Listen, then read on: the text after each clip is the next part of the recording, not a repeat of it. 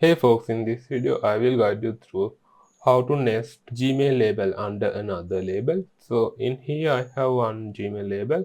So if you are creating a new Gmail label, you can do this by clicking create new and add your label name. So in here you can select parent label here. So in that case it will nest under this test label. So if I create this, so now you can see it nested under this test label. So if you have already created a label, let's see how we can do that.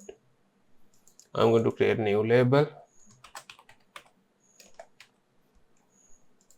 So now we have this test2 label. So let's say if you want to nest it under test. So in that case what you have to do is click on these three dots and click edit, and in here you can select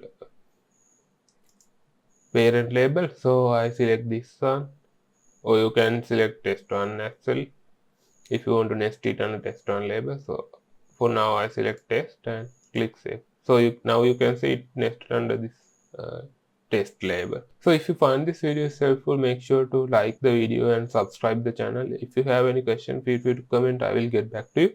See you in the next video.